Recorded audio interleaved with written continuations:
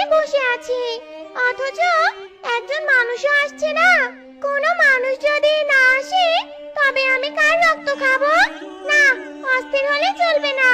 আমি এখানে আর কিছুক্ষণ অপেক্ষা করি।